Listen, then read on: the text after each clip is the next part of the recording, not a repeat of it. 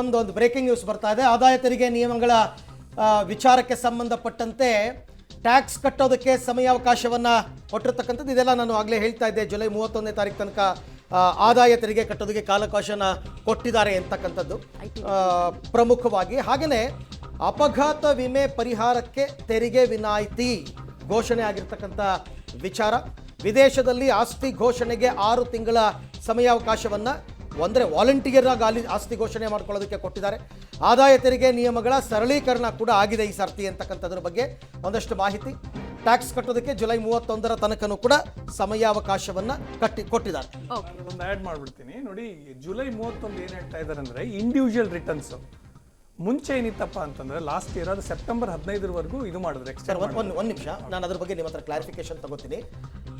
So ವಿದೇಶದಲ್ಲಿ ಆಸ್ತಿ ಘೋಷಣೆಗೆ 6 ತಿಂಗಳ ಸಮಯಾವಕಾಶವನ್ನು ಈ ಸರ್ತಿ ಬಜೆಟ್ನಲ್ಲಿ ಘೋಷಣೆ ಮಾಡಲಾಗಿದೆ. ಆರೋಗ್ಯ ಮೇಲೆ TCSಗೆ 2% ಇಳಿಕೆ, ವಿದ್ಯಾಭ್ಯಾಸದ ಮೇಲೆ TCS 2% ಇಳಿಕೆ ಈ ಸರ್ತಿ ಪ್ರಮುಖವಾದಂತಹ ಘೋಷಣೆಗಳು, ವಿಚಾರಗಳು ಏನೇನು ಘೋಷಣೆಯಾಗಿದೆ ಅನ್ನೋದ್ರ ಬಗ್ಗೆ ಮಾಹಿತಿ ಕೊಡ್ತಾ ಇದ್ದೀವಿ. ಬಜೆಟ್ನಲ್ಲಿ ಕರ್ನಾಟಕಕ್ಕೆ ಸಿಕ್ಕಿದೇನು ಹಾಗಾದ್ರೆ? ಪ್ರತಿ ಬಾರಿ ಕೂಡ ನಿರೀಕ್ಷೆ ಇರುತ್ತೆ. ನಿರೀಕ್ಷೆ ಸಾಕಾರ ಆಯ್ತಾ? ನಿರೀಕ್ಷೆ ಅಂದ್ಕೊಂಡ ಮಟ್ಟಿಗೆ ಅಟ್ಲೀಸ್ಟ್ ತಲುಪ್ತಾ, ಟಚ್ ಆಯ್ತಾ? ಡೀಟೇಲ್ಸ್ ಕೊಡ್ತೀವಿ.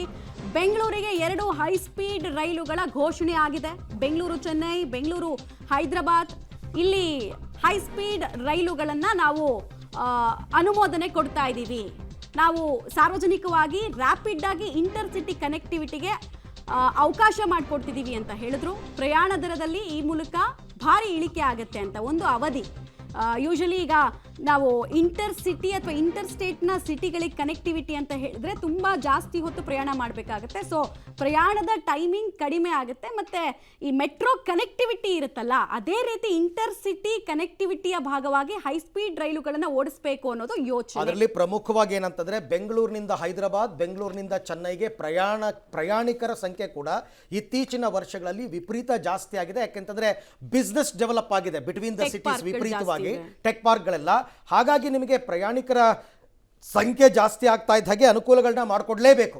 So Bengaluru Chennai high speed corridor, Bengaluru Hyderabad high speed ಕಾರಿಡಾರ್ಗೆ ಅನುಮೋದನೆಯನ್ನು ಈ ಬಾರಿಯ ಬಜೆಟ್ನಲ್ಲಿ ಕೊಟ್ಟಿರ್ತಕ್ಕಂಥದ್ದು. ಸೊ ಹಾಗಾಗಿ ಅದರ ಜೊತೆಗೆ ನಾನು ಆಗಲೇ ಹೇಳ್ತಾ ಇದ್ದೆ, ಆರೋಗ್ಯ ಕ್ಷೇತ್ರಕ್ಕೆ ಸಂಬಂಧಪಟ್ಟಂತೆ ಕೂಡ ಸಾಕಷ್ಟು ಘೋಷಣೆಗಳಾಗಿದೆ. ನೇಗಿಲಲ್ಲ ತೆನೆ ಎತ್ತ ಮಹಿಳೆ ಚಿತ್ರ ಬರೆದಿದ್ದು, ಚಿತ್ರ ಚೆನ್ನಾಗಿತ್ತು. ನಾವು ಆ ಹೆಣ್ಮಗಳಿಗೂ ಪ್ರೈಸ್ ಸಿಕ್ಕಿದೆ. ನಾವು ಯಾವುದೋ ಈ ಪ್ರೈಸ್ ಕೊಡೋದಕ್ಕೆ ನಾವು ಪಾರ್ಟಿಸಿಪೇಟ್ ಮಾಡಲಿಲ್ಲ. ಕೇಂದ್ರದ 2026-27ರ ಬಜೆಟ್ಗೆ ಪ್ರಧಾನಿ ನರೇಂದ್ರ ಮೋದಿ ಅವರಿಗೆ ಮತ್ತು ನಿರ್ಮಲಾ ಸೀತಾರಾಮನ್ ಅವರಿಗೆ ನಾನು ಅಭಿನಂದನೆಗಳನ್ನು ಸಲ್ಲಿಸ್ತಾ ಇದ್ದೀನಿ. ದೇಶದಲ್ಲಿ ಮೂಲಭೂತ ಸೌಕರ್ಯವನ್ನು ಹೆಚ್ಚು ಮಾಡೋದಕ್ಕೆ, ಸ್ಪೆಷಲಿ ಮ್ಯಾನುಫ್ಯಾಕ್ಚರಿಂಗ್ ಸೆಕ್ಟರಲ್ಲಿ ಜನತೆಗೆ ಉದ್ಯೋಗ ಮತ್ತು ವ್ಯವಹಾರವನ್ನು ಹೆಚ್ಚು ಮಾಡೋದಕ್ಕೆ ಬಹಳ ದೊಡ್ಡ ಯೋಜನೆಯನ್ನು ಗುರುತಿಸಿದ್ದಾರೆ. ಸ್ಪೆಷಲಿ ನಾನು MSMEಯನ್ನು ನೋಡುವಂಥ ಕಾರಣಕ್ಕಾಗಿ MSME ಮೂಲಕ ಇವತ್ತು ಉದ್ಯೋಗ ಮತ್ತು ವ್ಯವಹಾರವನ್ನು, ಸ್ಪೆಷಲಿ ಎಕ್ಸ್ಪೋರ್ಟಿಗೆ ಆದ್ಯತೆ ಕೊಡುವಂಥ ವಿಶೇಷ ಯೋಜನೆಯನ್ನು ನಿರ್ಮಲಾ ಸೀತಾರಾಮನ್ ಅವರು ಘೋಷಣೆ ಮಾಡಿದ್ದಾರೆ. ಅವರಿಗೆ ನಾನು ಅಭಿನಂದನೆಗಳನ್ನು ಸಲ್ಲಿಸ್ತಾ ಇದ್ದೀನಿ. ಹಾಗೆಯೇ ಲೇಬರ್ ಓರಿಯೆಂಟೆಡ್ ಒಂದು ಇಲಾಖೆಯನ್ನು ಕೂಡ ನಾನು ನೋಡ್ತಾ ಇರುವಂಥ ಕಾರಣಕ್ಕಾಗಿ ವಿದೇಶದಲ್ಲಿ ಕೆಲಸ ಮಾಡೋರಿಗೆ ಆದ್ಯತೆ ಕೊಡುವಂಥ, ಸರ್ವಿಸ್ ಸೆಕ್ಟರಲ್ಲಿ ಕೆಲಸ ಮಾಡೋರಿಗೆ